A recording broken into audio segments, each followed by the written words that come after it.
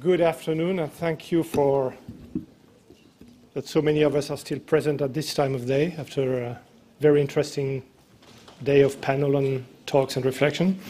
Without further ado, I want to introduce this panel on firms, civil society, government with purpose, the global deal. We will get into that with our panelists, which I will introduce after the introductory speech. And we are very pleased to have today Sophie Bellon, who's a chairwoman of the global services company Sodexo, which I'm sure many of you know, for an introductory speech. Sophie, thank you so much for being here. Please.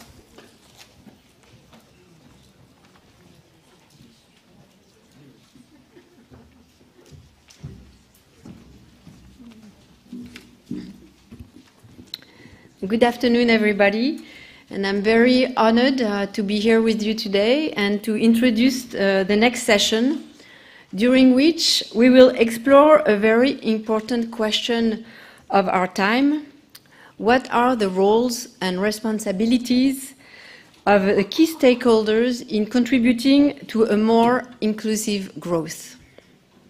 So, as many of you are probably aware, the recent debate in France around the role that business should play, and not only with regard with their financial performance, but also on behalf of the public interest, is quite telling about changing, or I should say about raising, expectation from the different stakeholders.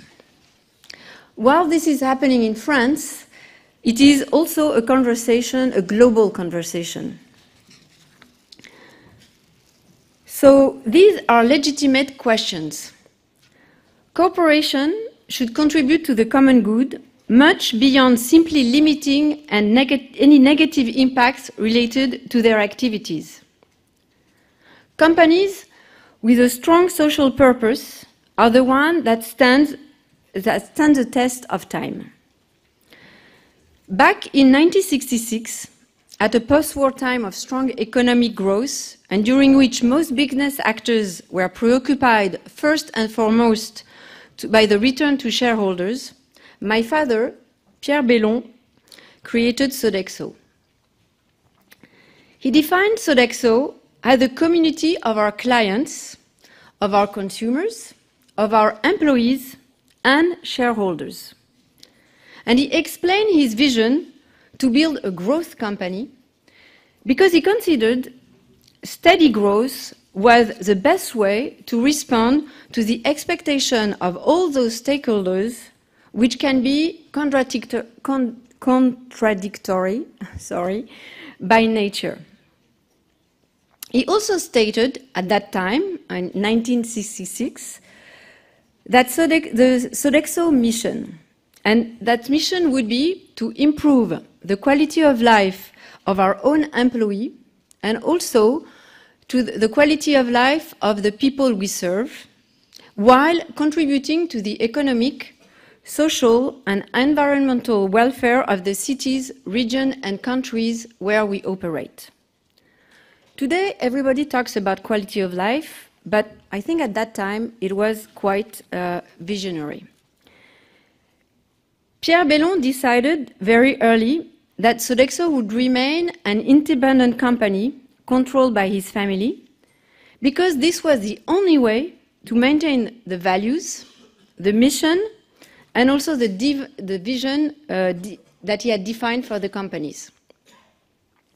So guided by this principle, Sodexo today evolved over the last 50 years to become the 90th largest employer around the world, and the first private employer, the first private French employer, with 450,000 people in 80 countries.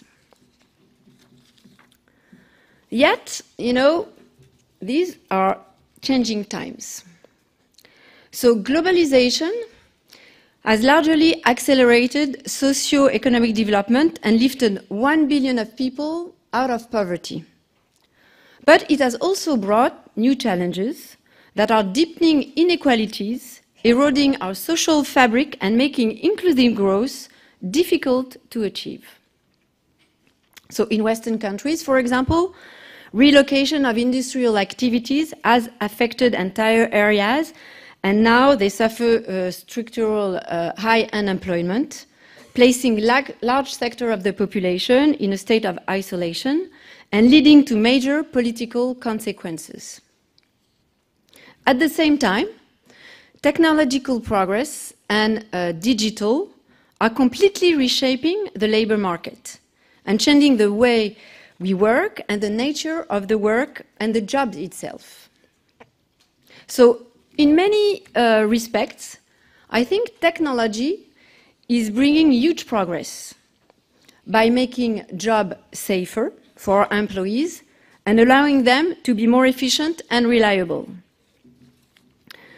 And also technology also allows to compensate for workforce shortage in some areas. For example, in our business, caregivers, would take care of seniors, but it's a job where there are a lot of shortage, and technology can help. Technology will not replace, but technology can help. And technology also enhances the experience of consumers.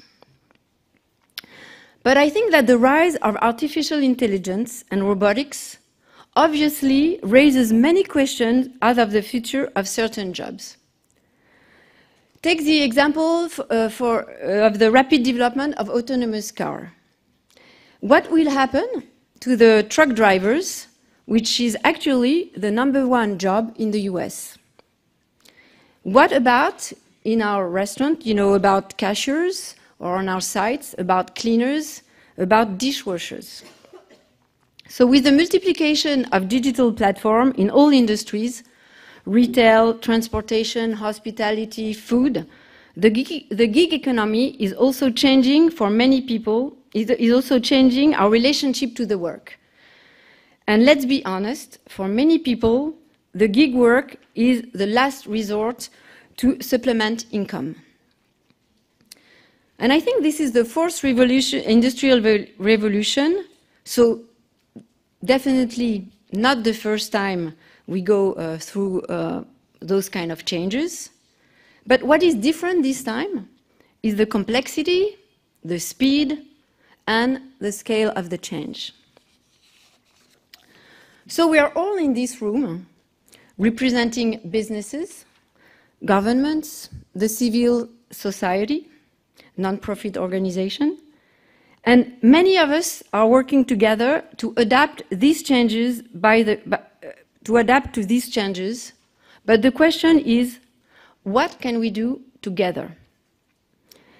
I think this is what gathered, why we are gathered here all together.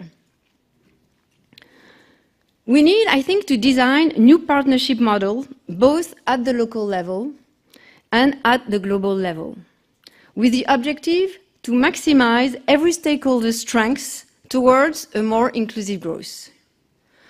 For businesses, they must provide good jobs, involving career opportunities, stability, training, social ladder, and inclusive workplace. They also must promote sustainable business models and contribute to the social and environmental development of the communities. At Sodexo, for example, we believe that small and medium enterprise can play a role in the creation of jobs and the development of local economies. And this is why we have developed a supply chain inclusion program to strengthen our connection and business volume with small and medium enterprise. And among those partners, we especially focused on 1,300 small businesses that are owned by women. Another example, the effect of the technological progress on the future job. Our conviction at Sodexo is that some jobs will certainly evolve, and it has already started, but we are absolutely convinced that we will always need humans to take care of other humans. And more than half today, in a study done by the US Labor Department, more than half of the fastest growing occupation for the next 10 years are in quality of life services. And they are jobs like nurse, therapist, healthcare workers, trainers, coaches, caregivers. So that's why we are absolutely convinced, that on one side, technology is going to is something that and profile of people and is going to change jobs, but at the same time, quality service jobs are also the future. As for governments, they must improve the education and training system to reflect the skills requirement of the future. They must also support the labor mobility. And they must redesign new financial solutions that support the continuing employment of human capital. Just think, 65% of the children that enter primary school today will have a job that do not exist. So, and for which their education is not preparing them. Let's talk about international organization. I think they also have the role of designing international standards to ensure fair competition and transparency. So I think this is why we are here today. This is why the Global Deal is a welcomed initiative, because it brings together various stakeholders to promote joint solutions while still representing their different interests. The real impact will come from our joint efforts. Thank you very much.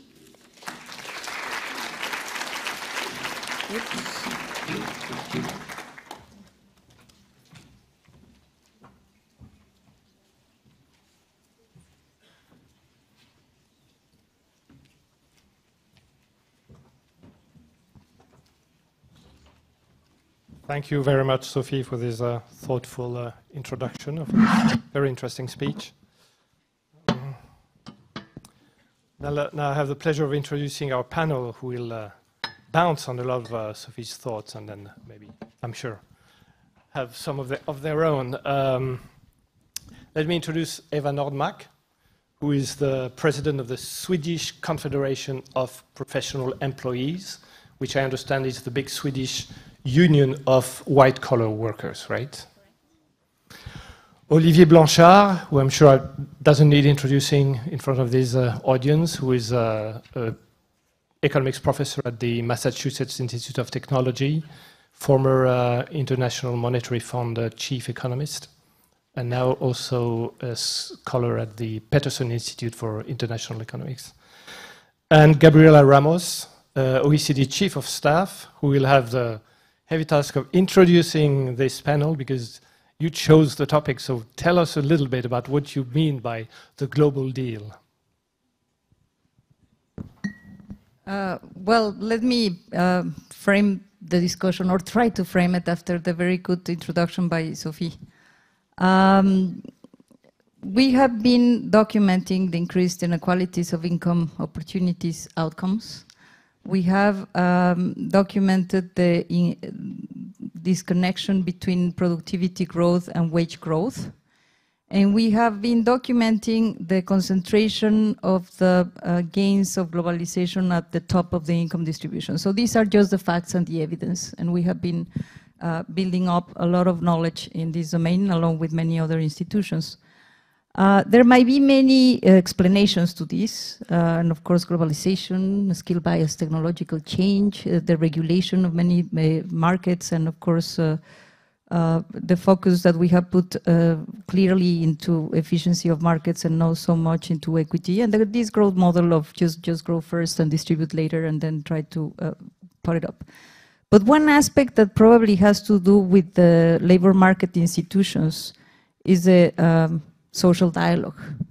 And social dialogue means this possibility of having the different actors in the economic function to sit together and discuss the issues that they are caring about. It's not only about collective bargaining, but it's also about collective bargaining. And we have been seeing how much the unionization has been declining because of the very free flow of capital movements. And because, of course, of the global integration, And so this function that was fulfilling the purpose that we are talking about in terms of looking that everybody has a fair share of the economic growth and its benefits has been eroded for the workers, and therefore not really getting their fair share. So this is the social dialogue, and how do we really go about the social dialogue in the context of very increased inequalities, but also of what Sophie was mentioning, the question of the digital revolution, whereby the definition of unions and the definition of labor market relationships are related to your belonging to a firm for a lifetime. And that's no longer happening because of the gig economy, because of the digital platforms. You relate to the labor market in a very isolated way, and therefore you need to reinvent the way in which you can really have these platforms for dialogue and debate.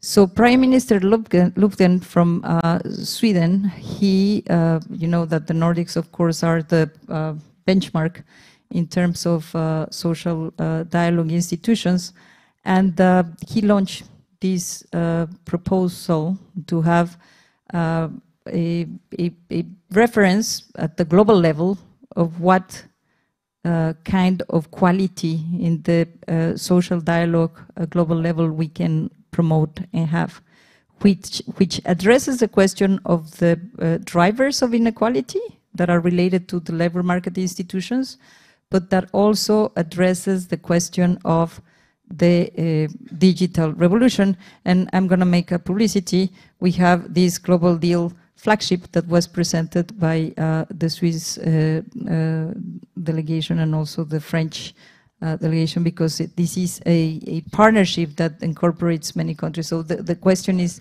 in this context, how do we reinforce this engagement that we used to have and that used to lever the possibilities and the potentiality of the three areas, the government, the business sector, the unions, the workers, to have a distribution of the benefits of growth that is more fairer and less exclusive. Since we have a representative, we are blessed with a Swedish representative in the House. So can you tell us whether you think that the Swedish model, which has been hailed in Europe, I mean, ever since I was studying, which tells you for how long we've talked about it in France, years and years, if not decades. Do you think it can be transposed to the rest of Europe, and under which conditions? Well, I think parts of what we do can be transformed to other countries, but of course we have different traditions and different systems and so on, but I always think that we can learn from each other. I would also like to say there is something. Thank you so much for the invitation to be here and take part of these very important discussions, because I think that what was also mentioned here earlier was that we know that the benefits from globalization and digitalization has not been what we wish for when it comes to quality of lives and the opportunities for people to bring our lives and working lives better. We have seen growing inequalities, and I think that that is very dangerous for social cohesion and the way forward. So what is my main messages when it comes to the Swedish model, and also what I think we must do when it comes to technological change, is three very quick points. So first of all, we must involve workers and trade unions in implementation of new technologies. I think that is a very important key. Both if we want to use, so to say, the outcomes of technology the best way, but also to make sure that we can have a broad acceptance for change. My second point is that we need to protect people, not jobs.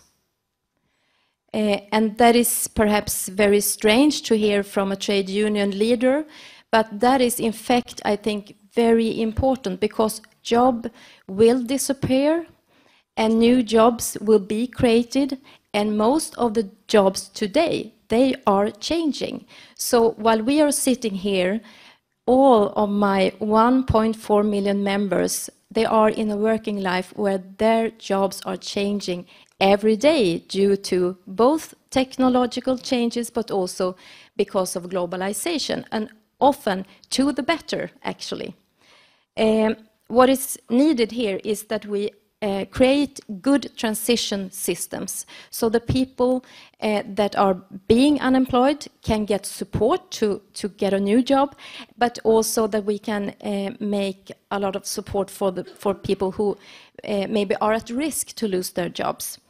I will also want to say that when it comes to reskilling, that is also an important way to capture the great opportunities that we have in technological change, and also to higher our productivity. So there's a win-win situation here, both for trade unions, as I represent, and our members, but also for companies. And my third point is that I want you all to see trade unions and social partners as a resource. We can be your best friends, and we can actually achieve we can be great facilitators of change with right tools in our hands, and I can come back to that later. I have already plenty of questions bring from you to initial exposés, but I want, of course, to turn to Olivier. You've been working repeatedly on these matters, including to show that the need for a new global compact is justified both not only by social reasons, but even it's a good economics, and that you've made the case that that's what the Eurozone needs, and not many people think of Eurozone problems as this one. Could you elaborate on that? Sure, very, very happy to be here. Let me start with a provocative answer to your question, I think. The first part is I'm a macroeconomist. That's not the provocative part. The second part is I think of social dialogue as probably the most important economic policy that is relevant to achieve growth and improvement in the welfare of people. I would put this ahead of fiscal, monetary policy, and so on. I've been struck, as you may know, but I've done a lot of work on labor market institutions and their effect on the labor market. And what I have found is that there's one variable which keeps coming in very strongly, which is trust. Trust between social partners. It nearly doesn't matter what labor market institutions look like formally. In the end, when you put trust there, that's what matters. And that's very relevant in trying to export the Swedish model, which is, it works in Sweden, but without some of the Swedish ingredients, it just does not work elsewhere. And I think trust is very important. And in that context, again, as a macroeconomist, the most relevant institution to build trust is trilateral negotiations at the national level. I think that's absolutely essential to have a structure in which the free partners, maybe more than the free partners actually, get together regularly to discuss the issues and see how progress can be made looking forward. If you give me 2 more minutes, I'll give you examples, because I think we want to, again, be very concrete the way Sophie Bellon was in showing what Sodexo was doing. So the first one is Portugal 2007. Portugal 2007 has a very large current account deficit, an enormous problem of competitiveness, and it's absolutely obvious that it's going to need an adjustment of wages and prices in order to achieve more competitiveness. The problem is that there is no trust between the social partners. So what happens? You basically get 10 years, nearly 10 years, of a long recession, which, because of high unemployment, eventually leads to lower wages and lower prices, and a result and a return to health. But 10 years of intense pain. If there had been trust, it could have been much faster. The second example is Argentina today. Argentina is in trouble, not as much as Italy, but it is in trouble because the investors see inflation and it's not coming down and they worry. Why is there inflation? Well, because the workers ask for wage increases and the firms reflect this in price increases. But in the end, it doesn't change the real wage. I mean, basically, the real wage remains the same because both sides are just moving, their demands up. If there was trust, they could sit down. The workers would agree to much lower wage growth. Business would agree to much lower price growth. Real wage would be the same. Inflation would be lower. Investors would be happy. And Argentina would not be in trouble. That's nearly entirely a question of trust. And then the last point, but we'll elaborate on this, is the issues that have been raised by the two other panelists, which is looking at the future, there are going to have to be enormous changes in the way we operate in the face of globalization, technological progress, robots, and so on and so on. And this is going to require a lot of work by all social partners, very complex, very difficult solutions. And if there is no trust, it will not happen. So social dialogue is truly of the essence for the world, but for me as a macroeconomist, it's absolutely central. Okay, I have two questions to start maybe the discussion among yourselves. So I won't meddle, I won't interfere. But which is social dialogue is all fine. We're all for it. A new global compact, unions, government, and business. Who sits? I see governments. I see where they are. I see businesses. Where are the unions? First of all, who sits in countries? I'm not talking about Sweden. Countries where unions are not representative, are very weak. Second question: do unions now represent the new forms of work we all talked about, the gig economy? Do we think unions represent the unemployed? Do we think unions represent the Deliveroo cyclist or the Uber driver? And on these people that should be part of the global compact we're talking about. And then maybe a question more pointedly for Olivier is, what's the right level of discussion? You mentioned Portugal, but competitiveness is a relative concept. So you could argue that Portugal should have discussed nominal wage decreases, but that maybe Germany at the same time should also have implemented wage hikes. So is the right level in a zone, in a region like the Eurozone, is the right level the national level or the supranational level? Or maybe, on the other hand, maybe just the firm level? Who wants to start? Eva, yes. Yes, I would like to start with the question: where are the unions? Well, the unions are all over the world, and we have, in many countries, unions have been weakened, sometimes because of political decisions. Look at Greece, for example. I was there 1 week ago. We are happy to tell you about where our colleagues are. We have our international trade union movement with 200 million members all around the world, and Sharon Barrows, who is our general secretary, is also here. The Swedish trade unions, we really believe in social dialogue, and we know that this is the key to make the future better. So for many years we have been working very actively in. Today it's around 100 countries, developing countries, trying to help our colleagues to build capacity, to organize themselves, to try to be also constructive in playing an important role within their companies, but also, as it's important to say that we have so many members around the world that also work in the informal economy.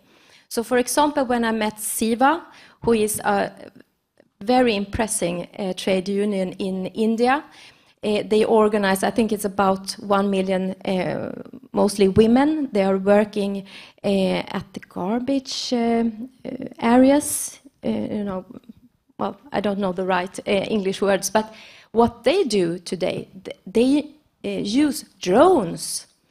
So they drive drones so they can make sure that their members have good working conditions. I mean, I'm so impressed because they don't have the opportunities that I have or the Swedish unions have, but they are really building workers' power. And we want to support them because we know that if they organize and they together with companies and their nations can be constructive in how to build a better future for their children, we can achieve that. So I think that if you just look, you can see trade unions growing everywhere. And I just want to add one more thing that is important, because everyone is saying that the unions are declining. My organization, it hasn't been for free. It hasn't been a walk in the park. But we have been growing now for 7 years. Each year in 7 years we have been growing, and that's because we also organize people in the new gig economy, self-employed and so on. So the trade unions must be relevant and develop every day so that we can actually help to create this better future. So it's not true that all unions are declining. We are one example of that it's not that way, and our union density among white-collar workers in Sweden is 74%. I would like to say that the right question is not where are the unions, but where is the leverage or the power of unions to determine the outcomes. That's the right question. And I respect a lot the work that the unions do in terms of raising the profile of the well-being of workers. But the reality is that the latest trends in terms of having complete capital movement, liberalization, while labor has not been liberalized, the trends related to the fact that you have the China shock, as they call it, in terms of having this massive access to cheap labor for so many decades, has really weakened the leverage and the power of unions. And that's the point of the global deal, that this is not about having national institutions that work by themselves, because the reality is that we are in a very interconnected world. And therefore, if businesses do not believe they're getting the best conditions in certain countries, name it Latin America or any other place, they will just move, because they're very free to move. And that really takes away a lot of leverage.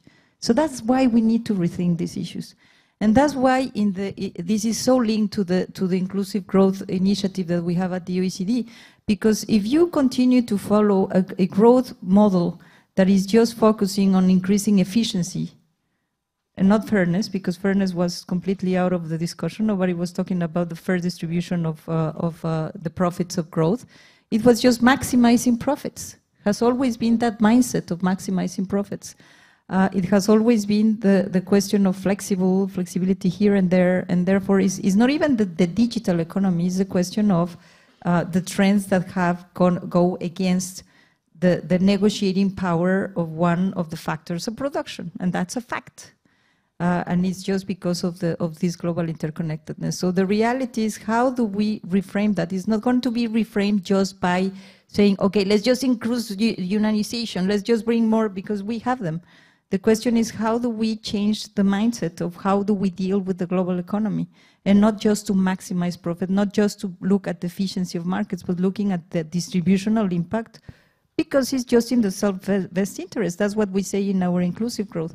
Is of course ethically, of course is a moral imperative, but it's also good business, because what is happening is that the fragmentation that we have in our societies is creating impossible scenarios for economic policies and for growth. So, Olivia, you've noted several times the changes in bargaining power that have occurred between businesses and unions. Is that the reason we need to have governments very involved in that process? No, I think even if this was not there, we would need government involvement, but this makes it much more important. I completely agree with Gabriela that labor has become much weaker. And, as a macroeconomist, it takes the form of, well, there's no inflation. And why is there no inflation? Well, because the unemployment rate is such that the workers are not in a position to increase wages.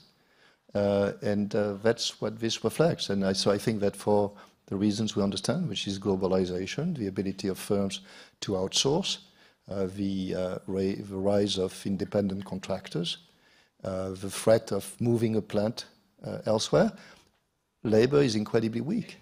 And so, you know, the old attitude, well, so what? But I think so what, with learning what this does. I mean, so what creates politics which we don't like. I mean, first, it's unacceptable at some moral level, but even if you leave this aside, it's economically and politically incredibly dangerous. So I think that the state really has to come in and think about how you protect workers who are not necessarily protected by unions and so on. I had two other short points. The second one is on unions. I think the issue of how, there are two separate issues. The first one is how are the people in the informal economy, so it's mostly an emerging markets, a developing economy issue, represented. And that's a real issue, and I don't have a good answer to this. But in more advanced economies, how are the so-called independent contractors, the Uber drivers, represented? And here, I think there are very difficult issues, which is clearly the traditional unions would like to represent them, but it's not clear that the independent contractors are eager. Again, I leave Sweden aside. Sweden is always different. In Sweden, things work, but in the rest of the world, the independent contractors are not eager to be represented by the traditional unions. So I think there it's probably the role of maybe of a state to actually have some form of representation in which their interests are given. So when I talked earlier about trilateral negotiations, maybe that's not right. Maybe it's quadrilateral negotiations, you know, with basically some representatives of workers in the gig economy and elsewhere.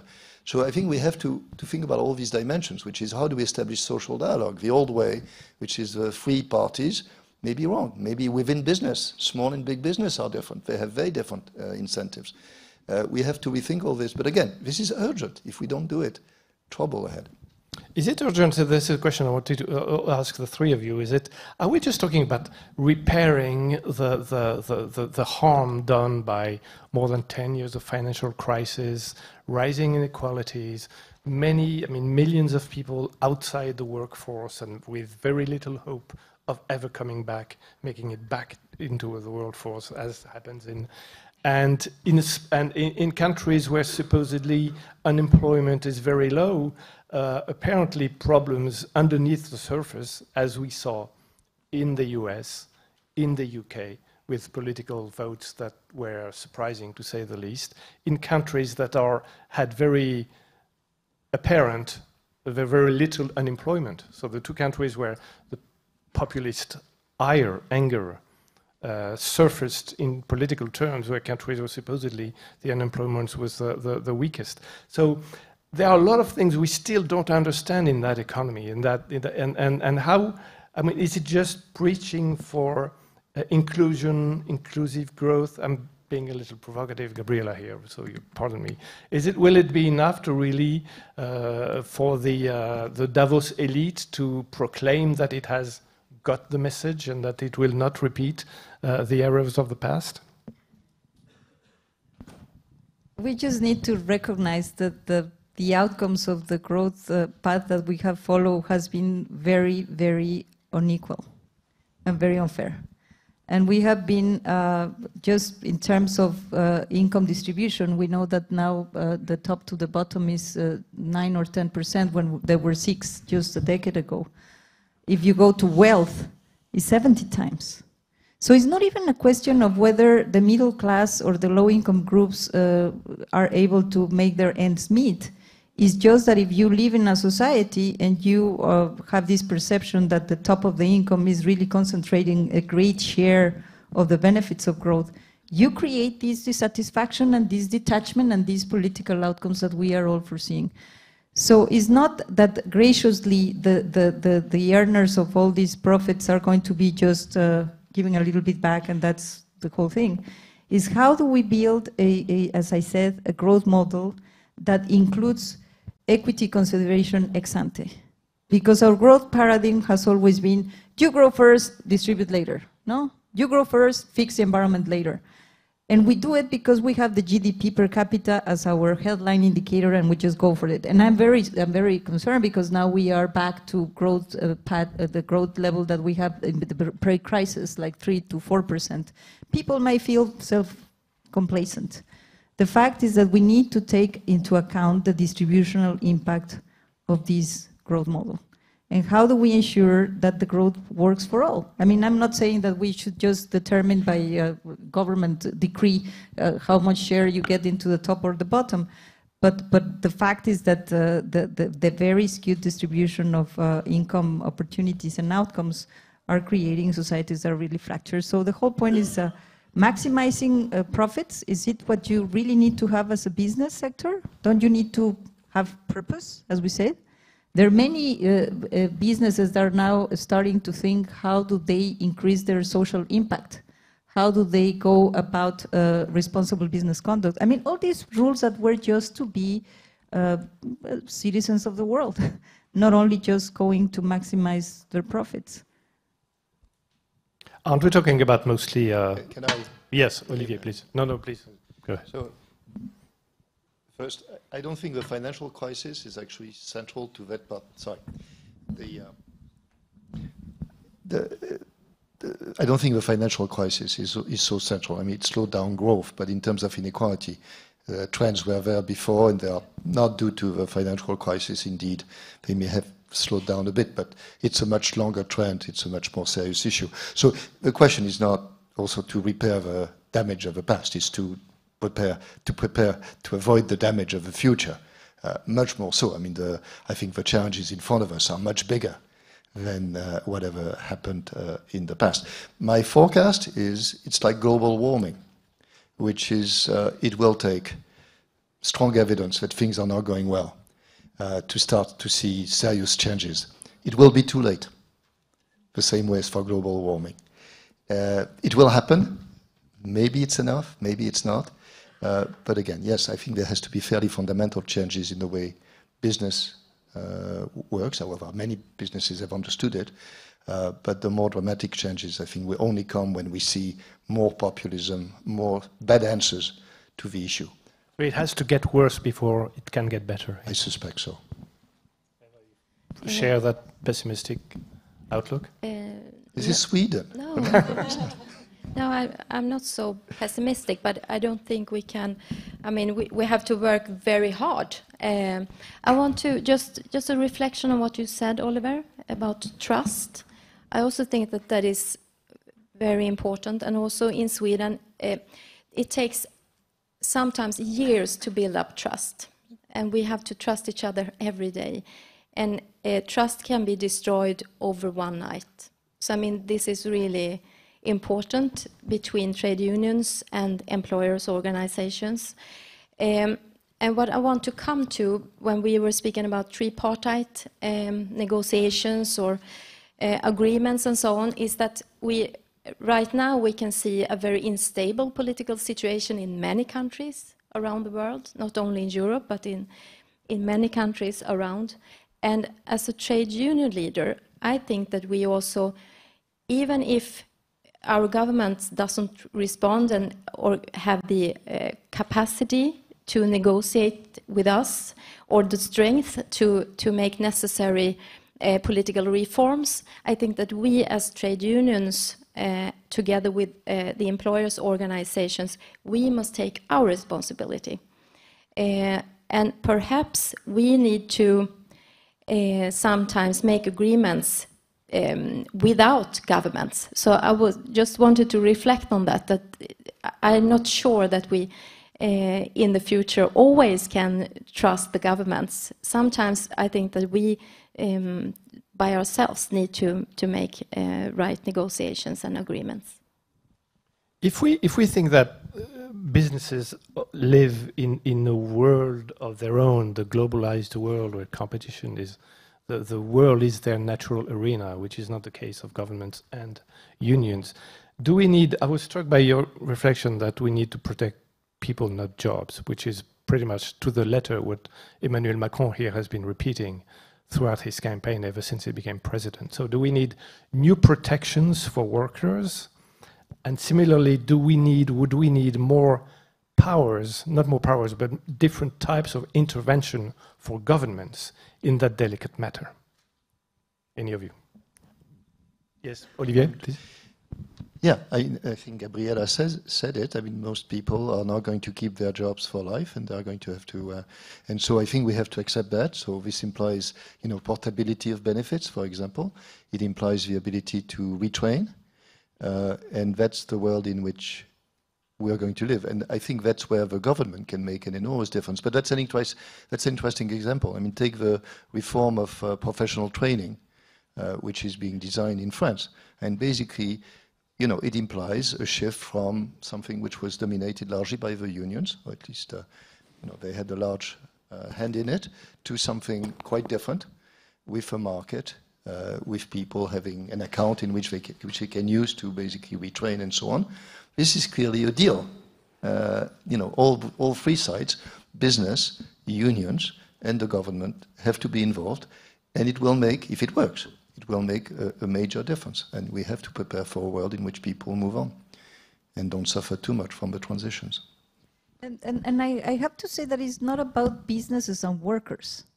Actually, you have many businesses struggling to survive. And the fact is that what we really need is to go more granular into this analysis and get away from averages. Because on average, we always say, for example, that productivity growth is flat in OECD countries, no? And then when you get into more granularity to look at how very different parts of the productivity equation work, the fact is that the frontier firms, the superstars, are growing at 3% in the manufacturing sector and 5% in the service sector, productivity growth per year. And then you have the rest of the businesses, medium, small, very small, micro, which are completely flat. And what we say is that the technological transmission has just broken down. It's not really trickling down as it used to be.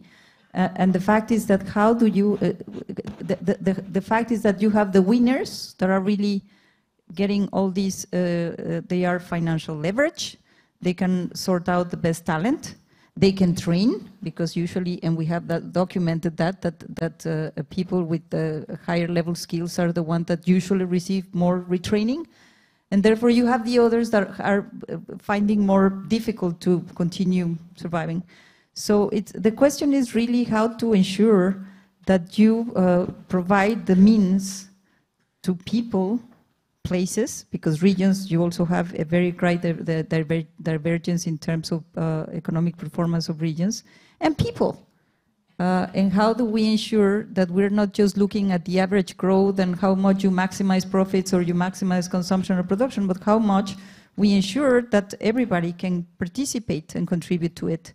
And we are able, as governments, to provide with the enabling tools for people to thrive in terms of investing in education for low-income groups, investing in low-income regions, and supporting financial access to these small and... I mean, it's just the whole framework that we need to review to get better outcomes and with better data. Not just the headline indicators that usually hide a lot of these dynamics that we're finding in every single count. Are we all talking about national reforms? Are we talking about, reforms that have to happen at the European level? Which is exactly the level at which we want to introduce those changes? But Eva, please, first on the previous question. Yeah, I can take both. Of course you will.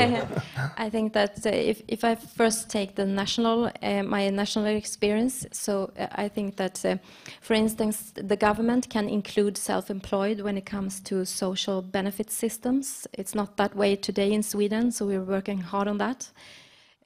But we can also negotiate, and we have, I think, one of the best examples that we actually as a result of our negotiations is that we have transition agreements in Sweden. And we put up something that we call in English employment security councils. And this is without any state involvement or regulation or payment. The Swedish government doesn't pay one single Swedish crown. It's the social partners that finance it. And it means that if you are at risk to be unemployed or being unemployed because of economic reasons, you get support to find a new job. You can have some programs for reskill and so on, and also some economic compensation.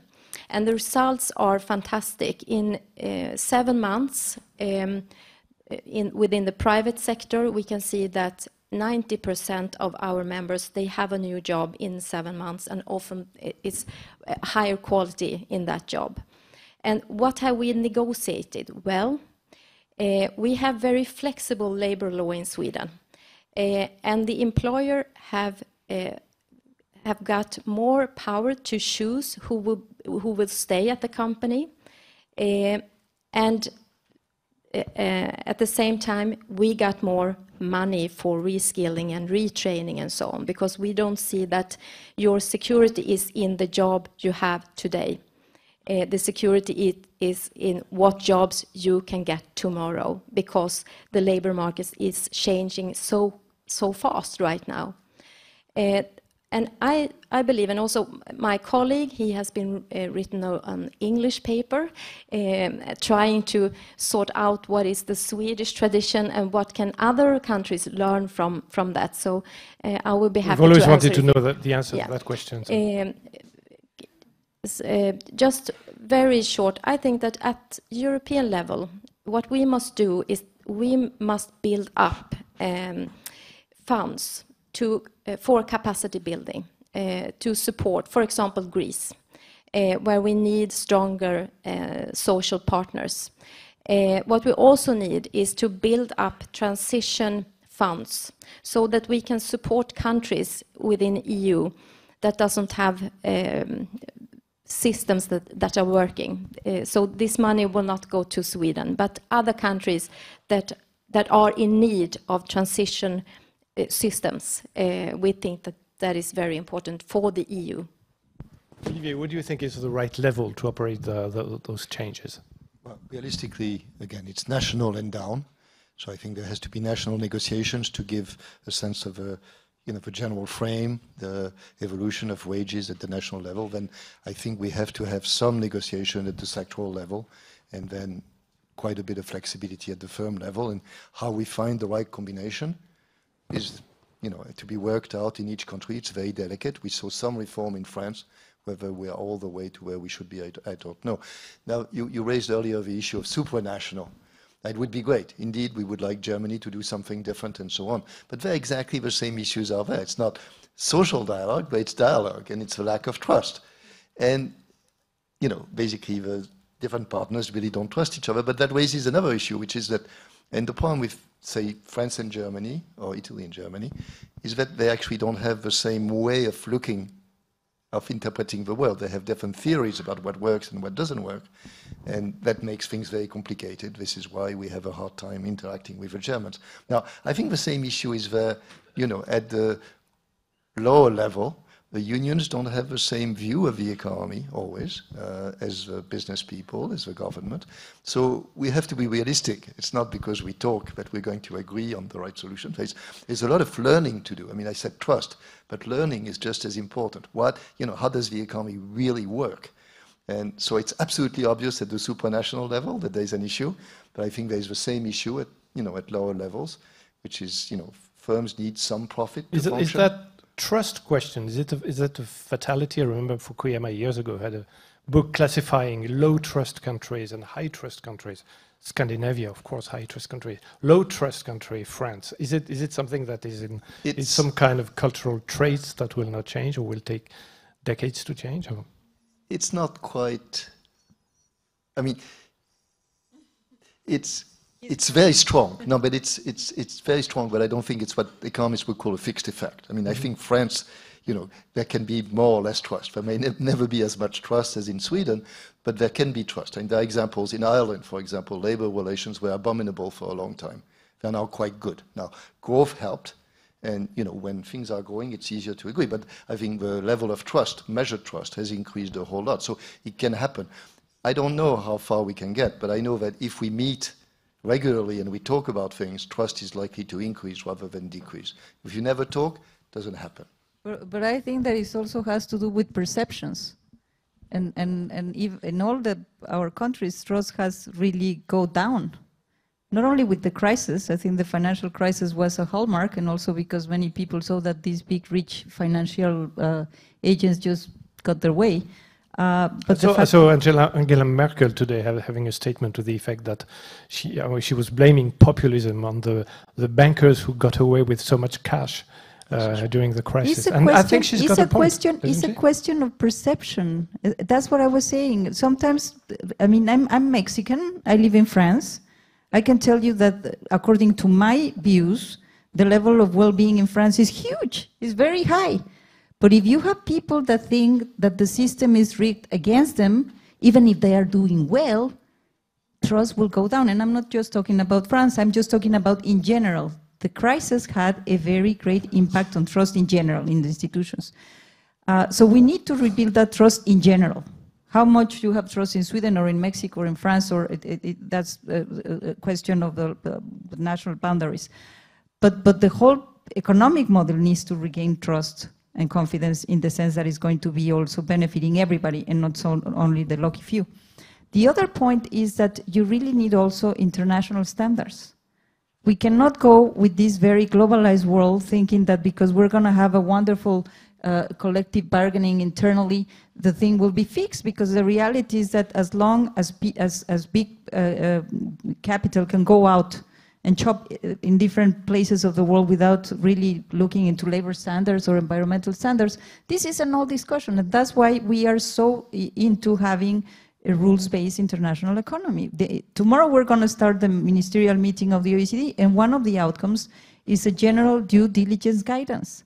Because in the context of global value chains and outsourcing, you need to have this kind of commitment by companies to really look at what they are sourcing and with whom they are having as partners in the supply chain. How much are you hiring child labor or not? How much are you respecting labor laws? All these things are really important. You mentioned state-owned enterprises. We also need to look at those things, because if we don't play by the rules, fairness is not going to come back and trust is not going to come back. We want to take questions from you, and so I think we'll go to the audience. If you can raise your hand enough so that I can see you, and if there a microphone to circulate somewhere, ideally. Sir, over there, yes.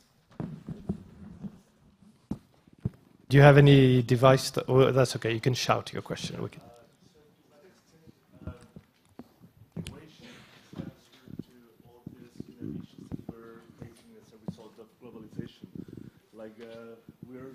You have a microphone by you. Oh, sorry. So you can. So we're seeing a lot of countries like signing all these bilateral agreements, and we're, for example, in my opinion, they're not making the most of, like, they're not getting the best of these deals, because probably there's no integration in Latin America, for example, to come up with like, okay, let's sign this agreement with Southeast Asia, but like from an integrated perspective where we can all win. So by signing all these bilateral agreements, probably we're staying behind where we can. So to what extent you see that countries are talking about this, about like unifying forces to remain competitive and bring value to their economies? Are you talking about trade agreements, if I understand well? Or part of it, yeah. I mean, basically, the fact that we are seeing that capital is like going to somewhere else. But like, if you agree through trade agreements to aid, you have to keep all these standards if you want to negotiate with us, in this context. So that's my question. So your question is, do trade agreements impede? If it's like a good tool to, improve all these conditions, because... Is trade an obstacle to inclusive growth in a way, is it? Gabriela, do you think so? That's a very old discussion, because remember that we in Mexico we negotiated NAFTA with President Bush, and then President Clinton arrived and said, "I'm not gonna be doing business with Mexico if we don't have a labor chapter and if we don't have an environmental chapter," which is all fine. The only point is, what about implementation? And what about convergence in terms of the institutional settings and the regulations that we all have? Because we can commit to very great big purpose agreements, but then you really need to have the institutional strengths to deliver, and you need to have the commitment of everybody to go about it. They can be, I can say, I mean, if in the OECD, where we have only some instruments that are binding, like the Anti-Bribery Convention, but we're very into the soft agreements that work only because of peer pressure. But if we could have something that is stronger in international agreements to protect this kind of excesses that we have seen in the economic model, I would go for it. I have not seen it, although they tell me that the Canadian EU agreement is one of the most advanced in that field in terms of standards. But I'm not an expert on these kind of agreements. Eva? Yes, when it comes to the CETA agreement between EU and Canada, actually we managed to have some wordings about trade union rights, and I think that it is very important with trade and free trade, but with free trade also comes that we always must respect trade union and human rights and try to lift the standards. So my vision is that we, of course, in the future can use trade agreements to also make sure that people's lives can be better through trade and also higher standards. Olivier, you want to add this? I was just thinking of child labor. I mean, I think that's a good example. It seems to me that maybe it's a responsibility of businesses, and in most cases they actually assume that responsibility, not to go to a country and have the children work for them. And I think in this case, you know, having restrictions on child labor and restrictions by business, own restrictions on exploiting that is clearly something desirable. That's one of the examples. Other questions? Many? Yes, sir, over there. Thank you. I'm Pierre Abar. I'm with the Trade Union Advisory Committee to the OECD, representing organized labor, including Eva. Hello, Eva. Just one question, just to understand what the direction of the conversation that is taking place. Is social dialogue? There's one reading of your intervention, Olivier Blanchard, is that yes, we need social dialogue, but particularly for adjustment downwards. In the case of Portugal, so ensure social dialogue to ensure that workers buy in cuts in wages as part of a competitiveness packages. But listening to others, I have another understanding. Well, in fact, social dialogue is about perhaps redress the bargaining power of workers. So what direction should we take? Is it social dialogue, again, as an instrument to, so to speak, sweeten the pill, to control the masses in time of crisis? Or is it indeed something more transformative at company level, but also at sector-wide level, industry-wide? And indeed, Gabriela, you mentioned the international dimension of it, and perhaps the missing link today between a fairly robust trade and investment system well, we do have very good instruments on responsible business conduct, on labor rights, and so on, but they're not necessarily linked together. So, a very French question, very complex one, but what is the direction? Social dialogue for whom and for what? As you understand, right now there is perhaps from a labor perspective the fear that it's another, we will want to keep the system, but just simply try to adjust a bit and make sure workers buy into a system that had proven to fail in the past? Or is it indeed transformative at both nationally and indeed internationally? Good. So I think that some of it was addressed to me. No, I think when I use social dialogue, it's not a way of asking the unions to give give up stuff. It's actually to have better outcomes. I mean, in the case of Portugal, I think you and I would agree that if they had been able to avoid 10 years of very high unemployment for a small reduction in real wages, which had to happen and happened anyway, it would have been good from the point of view of the workers. But you're right that I took an example in which the initial stage is basically, you know, the unions accepting something which they may not be eager to do. At a conference a few weeks back, where I think Pierre was, I gave other examples in which I think sometimes there is a wage adjustment which actually is not needed and could be avoided by dialogue. And, you know, from a visual point of view, it goes the other way. I think it's both ways. But, you know, I have something much more general in mind, which is that we basically have to reorganize the labor market. We have to reorganize the way work is done. And it's very important that all three partners basically do it together. So this is not a hidden agenda to decrease the power of the unions. This is a way, for me, it is very much a way of getting a better outcome for all three parties. I agree with Olivier. I think that what we are saying is that the outcomes that we are getting now from globalization in terms of who benefits and who doesn't have not been fantastic. And so yes, there is need to be some redressing. There is need to have more leverage for workers. But it's not only about collective bargaining. I think collective bargaining is a very important part of this equation. But in the digital world, you need this kind of dialogue for many other things. You need to discuss the kind of technologies, you need to discuss the kind of skilling, upskilling, you need to discuss whether the sharing of the benefits of the kind of economic activity. I mean, there are many other things that I think should come into the social dialogue that is necessary now. And this is the kind of issue that we are proposing with Sweden in the global dialogue, because it's actually looking at in which instances this has been delivering better and what can we learn. Because not everything is black or white. I think there are many good experiences where we have seen that the benefits have been shared more fairly, and we need to learn from it. Do you think we'd need more planification in the old sense of the world, like governments and businesses getting together to kind of see long term and control in a way? When you talk about technology, you're never very far from that. Do you think that's what we should go back to?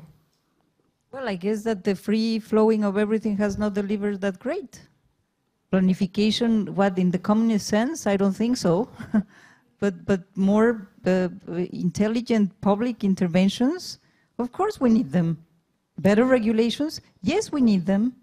Better protection systems, yes, we need them. Better ways of getting the resources for governments to do what they are called to do. And more understanding that you go for the bottom 40% when you need to do those investments. We should do it, because it's very interesting. In the old orthodoxy, the governments only intervene when there is a market failure. And what if the market is the failure? You just have the government chipping in. You call on them when you need them, but then you say, oh, no, you better stay back. No, I think we need to have the tripartite in full force, not only one. So the market is not the failure, sorry, Gabriela, but the market has failures. It does good things, but it does bad things. But your answer about planning, yeah, I think we need, there was something in France called indicative planning until about now 30 years ago. In which the social partners would sit down and try to think about how the next 5 years were going to look like. And there was a discussion. There was no formal agreement, but there was a discussion, and it was a very useful discussion. And I think that's needed. And basically, just hoping it's going to work out without that kind of discussion is a very dangerous thing to do. So yes, back to indicative planning. Back to indicative planning. We have time for a couple of more questions. Ma'am, yes, first row. Microphone here. No, I got second. You'll get the next one. Yes, sir. Whoever has the microphone. Oh, no. Back to first. Okay. I come from Egypt, And I've been listening to what you're saying and thinking, are we going to have one global system? Because when I think of the context of my country, I think of the informal economy, I think of the economic activity of the military, I think of all the other variables that are not counted in the models. And when my government at some point decides to join the global economy, it will have institutions for the appearance of doing things, while the way our economy is actually working is quite different. So the idea you said about drop the averages and look at the granularity, where are the new models coming about how people are self-organizing and how they are managing their lives and what their priorities are in order that we can have more inclusive systems? And will it be one system? I don't think so.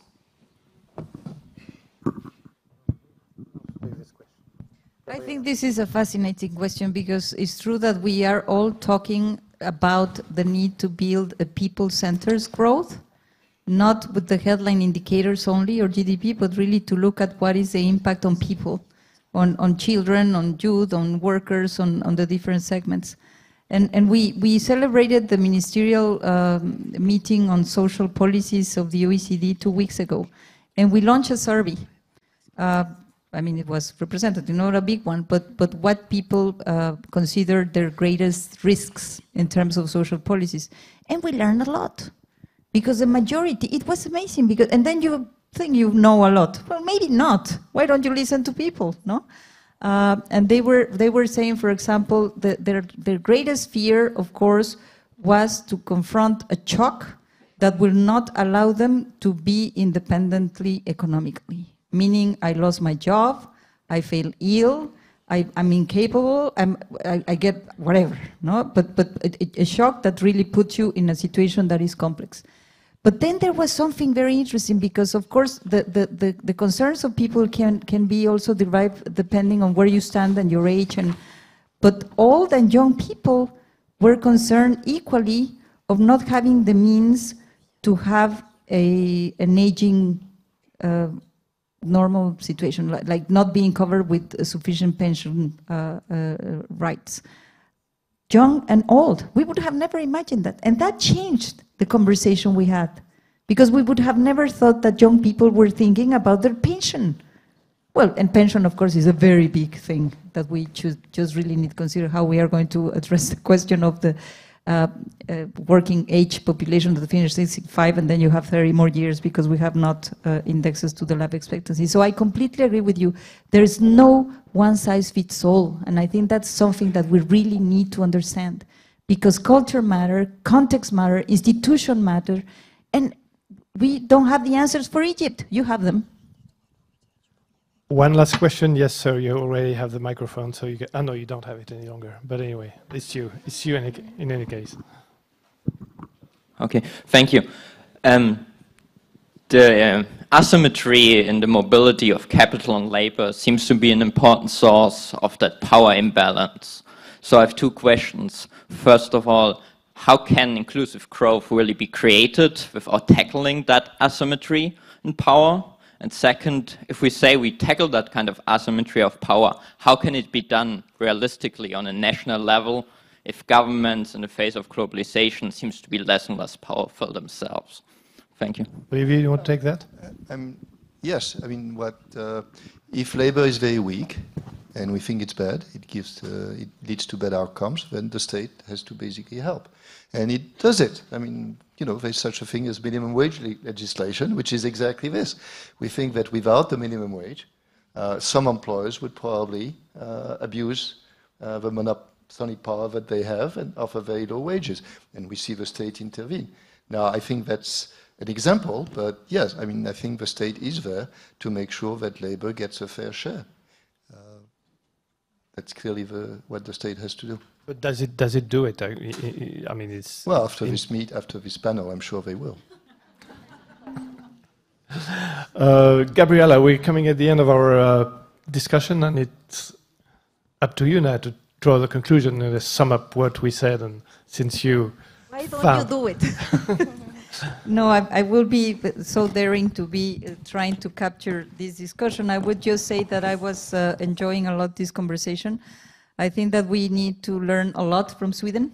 That's a very good conclusion in terms of the level of trust and in terms of how to make sure that everybody feels that they are represented and they have a voice, because this is building the trust that Olivier was commenting. We cannot transport the Swedish model everywhere, but we have this, the global deal that we want to have as an initiative here. The question of inclusiveness, I think, is at the core of this discussion. The question of redressing the growth model in a way that do not let so many people behind. Because even in the OECD economies, which you have a very advanced social safety net, you still have 40% of the population that feel that are left behind. I feel that this is a question of not defining a one way in which the government should be intervening, but if I may, today we deliver the framework for policy action on inclusive growth, and the question is, yes, there is a role for policies, there is a role for governments to try to redress these outcomes, a normal role. There is a question of how do you get the means, and that's why we are very trusted also for the BEPS work and the tax evasion and avoidance that we're doing at the OECD to exactly ensure that everybody pays their fair share of taxes and that the governments have the means to invest in those low-income groups just to enable them to participate in the economy. But the whole point here is how we also try to rebalance the outcomes to give voice and to give leverage to workers and to labor.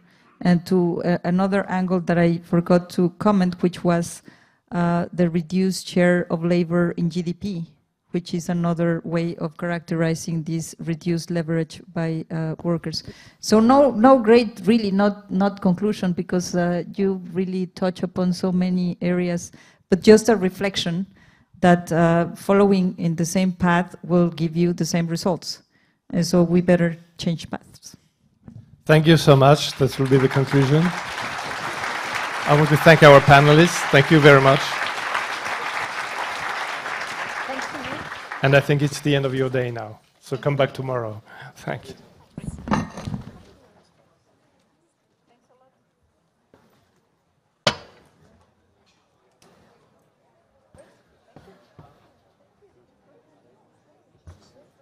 And I agree with Olivier. I agree with